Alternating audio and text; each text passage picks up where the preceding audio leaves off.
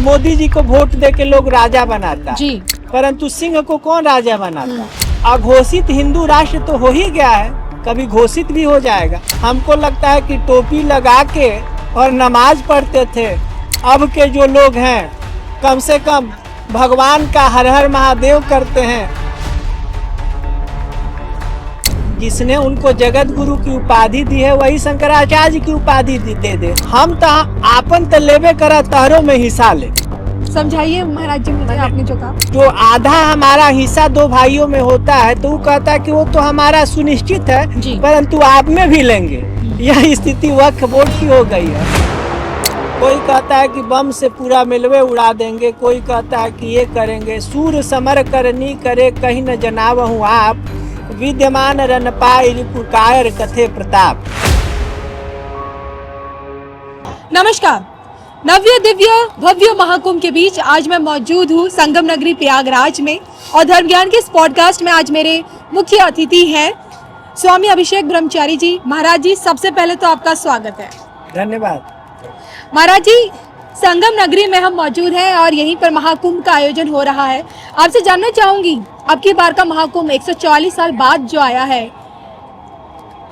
जो अब तक जो कुंभ गए हैं उनकी तुलना में अलग क्यों है? देखिए, हर कुंभ अपने आप में अनोखा होता है और जो जाता है लौट के नहीं आता हुआ एक नवीन स्वरूप में आता है।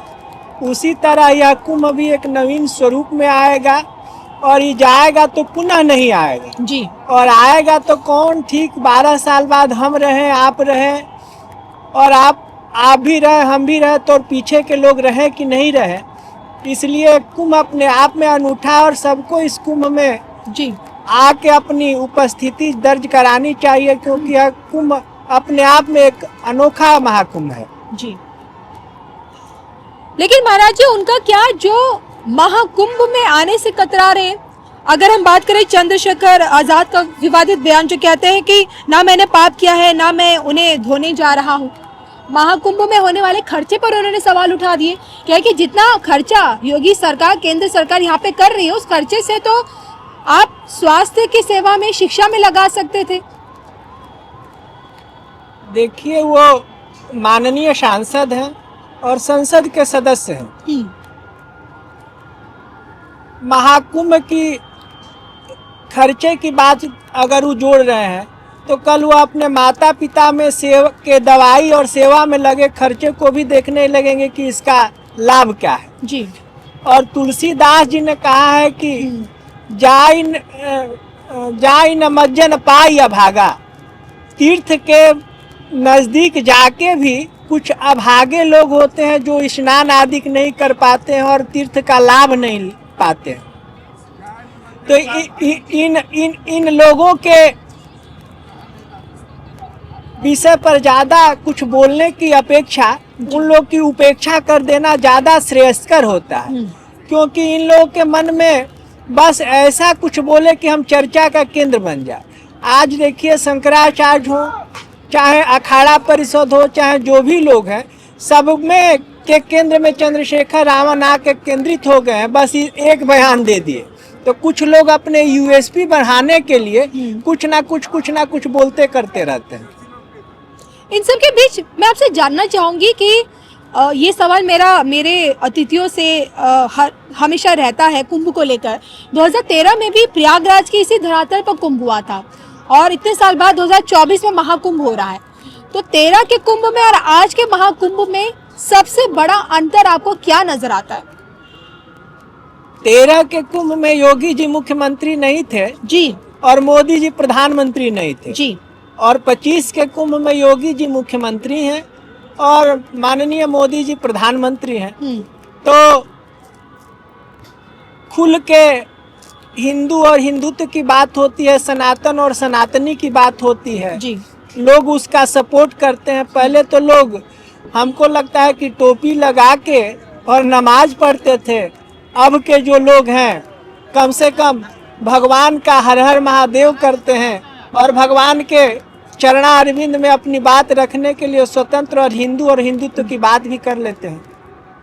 तो क्या लगता है यहाँ की व्यवस्थाओं को देखते हुए 2025 में अब की बार का जो ये महाकुंभ जिसका आयोजन हो रहा है, कहते हैं कि संतों का या क्या कि सनातन का सबसे बड़ा धार्मिक महामेला कह सकते हैं इसको।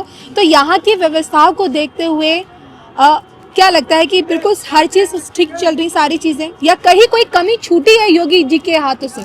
देखिए, जब तक हम लोग और आपके घर शादी होती है जी, तो शादी की बारात जब तक नहीं चली जाती है तब तक कुछ ना कुछ कमियां दिखाई देती ही रहती है। तो कमी बेसी सब होता रहता है, परंतु कुंभ का भव्य आयोजन हो रहा है। कुंभ में अच्छे लोगों को निमंत्रित भी किया गया है, अच्छे लोग भी आ रहे हैं, सब संतुष्ट हैं। और असंतुष्टों के लिए संतुष्टि का कोई टैबलेट बाजार में नहीं मिलता है कि उसको दे दिया जाए। जी, इसलिए जो है अच्छा है, बढ़िया है, हम संतुष्ट हैं। बिल्कुल। और इसी महाकुंभ में देखिए संतों का आगमन तो धीरे धीरे अब हो ही रहा है, हो भी चुका है, लेकिन इस बीच देश के जो चारों शंकराचार्य हैं वो भी यहाँ आ ही चुके हैं।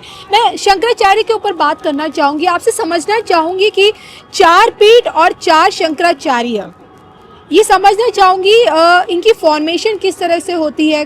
कभी कभार ये लोग विवादों में भी आ जाते हैं।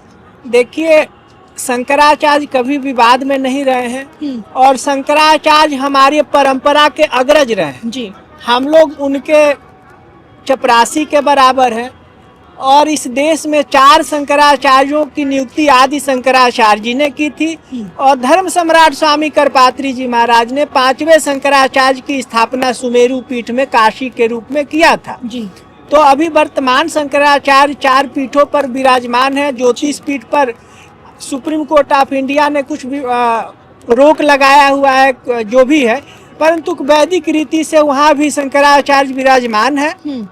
वैदिक और शास्त्रीय विधान से सुप्रीम कोर्ट ने क्या किया है उस पर हमारी टिप्पणी नहीं है, हम पूर्णतः सुप्रीम कोर्ट ऑफ इंडिया से सहमत है। जी, परंतु चारों शंकराचार्य मिलके 5वें शंकराचार्य का जो स्वामी करपात्री जी महाराज ने जिस पीठ का उद्धार किया था उस पीठ पर भी शंकराचार्य होना चाहिए। इसी तरह 5 शंकराचार्य हमारे परंपरा में है और स्वामी करपात्री जी महाराज ने कभी भी परंपरा और मर्यादा का उल्लंघन नहीं किया था।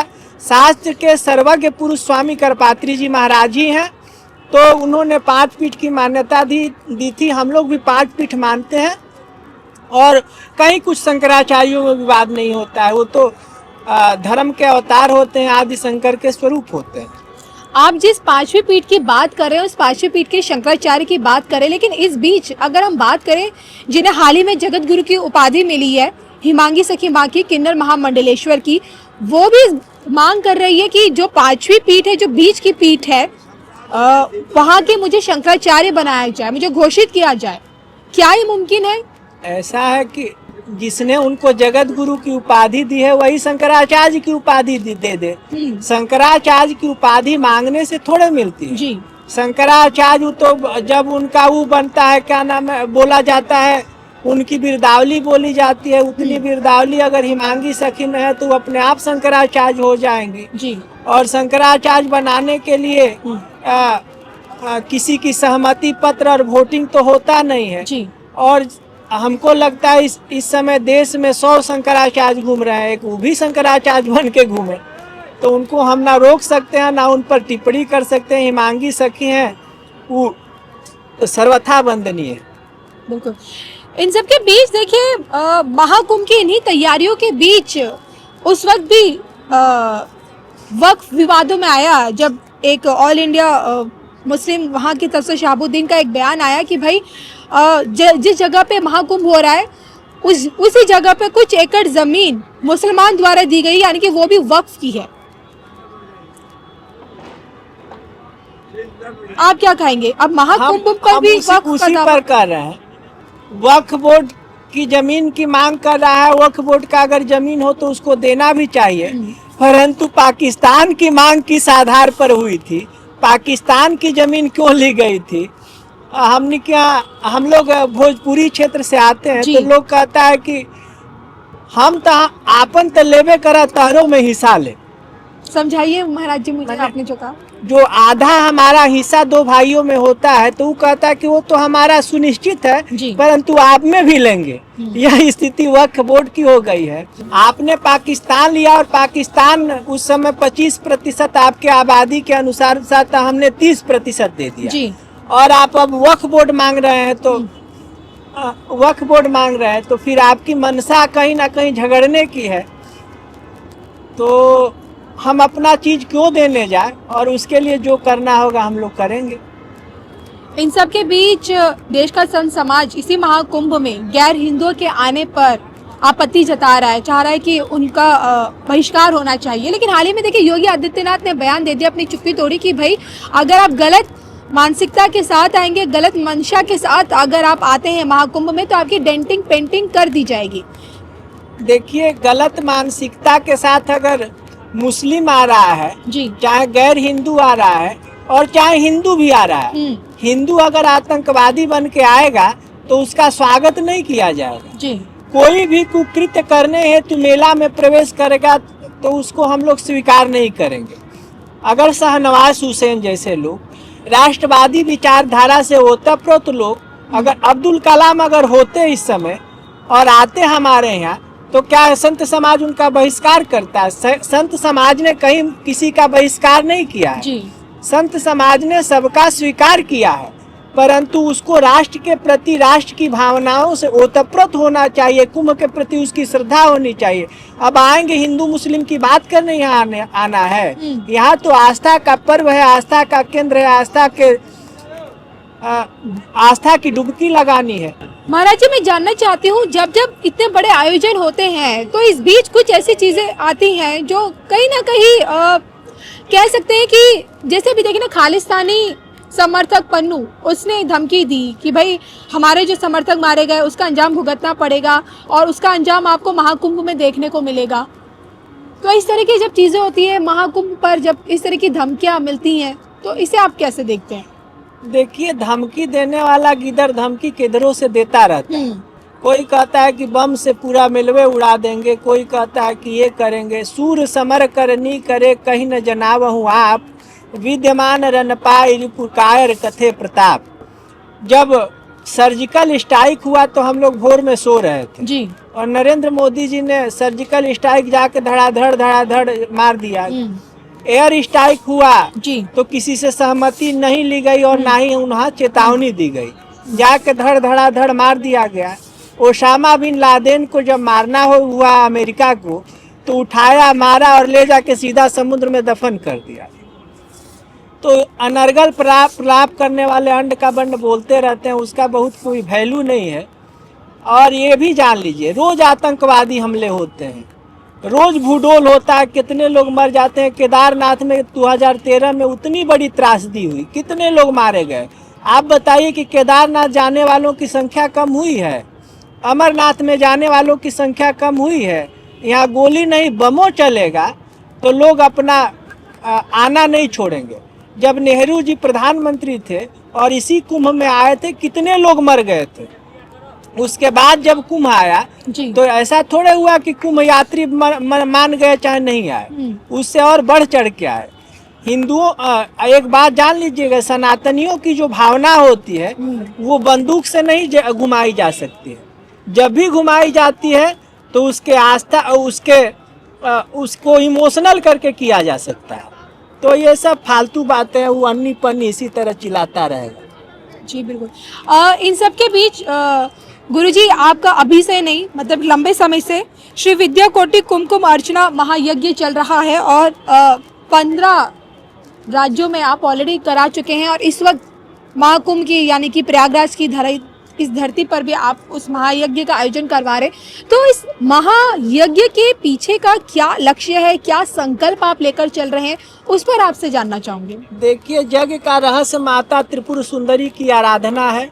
माता के चरणा अरविंद में अपनी अभिव्यक्ति है और माता को प्रसन्न करना है। और हमारा आपके चैनल के माध्यम से सदैव प्रयास रहेगा कि उत्तर भारत में भी कुमकुम अर्चना का प्रचार प्रसार जोरों से हो, हर घर में ललिता सहस्रनाम का पाठ हो, हर लोग माता ललिता के चरणारविंद में अपनी वाक पुष्पांजलि देते रहे और माता ललिता की जय करते रहे, ऐसी हमारी भावना है।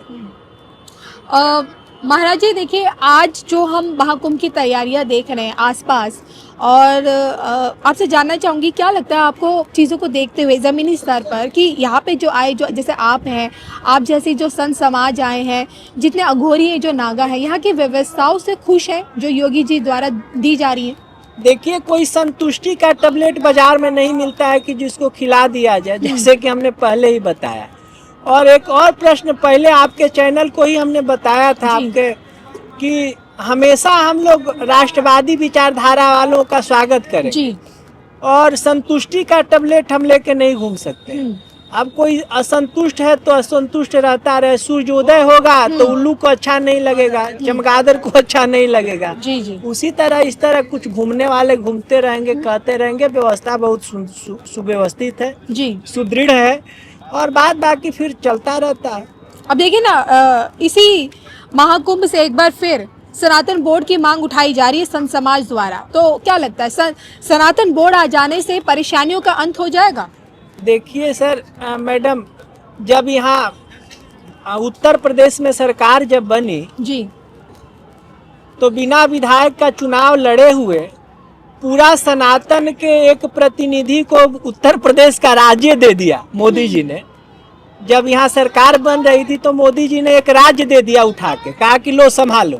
तो बोर्ड बनेगा नहीं बनेगा, परंतु सरकार सनातन की है और सनातन बोर्ड ही चला रहा है, ऐसा हमारा मानना है। बाद बाकी जो जैसा निर्णय होगा सनातन के हित में वैसा देखा जाएगा। मैं एक खबर पढ़ रही थी महाराज जी, उसमें था कि सूत्रों के हवाले से संघ के प्रचारकों की तरफ से एक लेख छपा था कि 2013 में जब कुंभ हुआ था इसी प्रयागराज में, तब संतों का एक संसद हुई थी। संतों के महासम्मेलन में देश के नेतृत्व को, जी हाँ माफ कीजिए, धर्म संसद में देश के नेतृत्व को लेकर संघ द्वारा एक नाम रखा गया मोदी जी का, और चिमटा बजाकर साधु संतों ने उनका एक सुर में नाम लिया और उनके नाम पर ठप्पा लगाया। अब दोबारा वही धर्म संसद यहाँ होगी 2024 में, ऐसा कहा जा रहा है। तो क्या लगता है देश का अगला मोदी किस में ढूंढा जा रहा है, जो आपको भी खुद महसूस होता है? देखिए, भविष्य की चिंता जरूर करना चाहिए, परंतु हम लोग तो वर्तमान में जी रहे हैं और मोदी को ढूंढना नहीं पड़ा, मोदी निकल के आ गए जी। उसी तरह कोई ना कोई भगवान ने व्यवस्था जरूर रखा। अभी मोदी जी स्वस्थ है, मस्त है, ईश्वर उनको शतायु बनाए। उनकी माता जी 100 साल में गई, ये 110 साल में जाए, ऐसी हम लोग की भावना है। बाद में देखा जाएगा कि कौन मोदी निकल के आते हैं। और जाते जाते हिंदू राष्ट्र पे आप क्या सोचते हैं? हिंदू राष्ट्र सिर्फ एक थ्योरी है या फिर प्रैक्टिकल, यानी कि मुमकिन भी हो सकता है? देखिए, यह अपने आप में हिंदू राष्ट्र बन चुका है जी। आज चौदिशी देखिए, जितने लोग पहले जो हिंदू के नाम पर लोग चिटकते थे, आज सब हिंदू पर ही पूरी राजनीति हिंदू के इर्द गिर्द घूम रही है। तो बनाना क्या है? स्वतः राजा विक्रमादित्य कहते हैं कि मोदी जी को वोट दे के लोग राजा बनाता जी, परंतु सिंह को कौन राजा बनाता? अघोषित हिंदू राष्ट्र तो हो ही गया है, कभी घोषित भी हो जाएगा।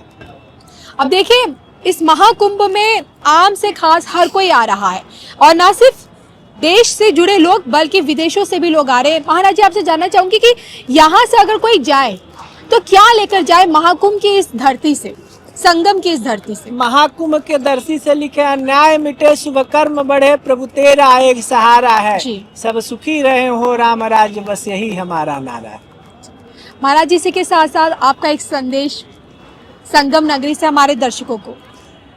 हम संगम नगरी से यह आशा करना चाहते हैं कि धर्म सम्राट स्वामी करपात्री जी द्वारा जो सनातन धर्म के प्रारूप और राम राज्य की कल्पना की गई है वही सार्थक है, वही सत्य है, और उसी के अनुरूप चलने पर भगवत प्राप्ति और देश की सेवा हो सकती है। महाराज जी, लास्ट क्वेश्चन इसलिए पूछ रही हूँ, आपने करपात्री महाराज जी का नाम लिया, मेरी जिज्ञासा है, मैंने लेखों में देखा, आर्टिकल्स में छपा है कि करपात्री महाराज जी का श्राप जब गौ रक्षकों पर जब गोली चलाई गई और इंद्र जी को श्राप दिया गया, क्या ये सारी चीजें काल्पनिक चीजें या इनकी वास्तविकता क्या है? आपसे बस लास्ट में पूछना चाहूँगी।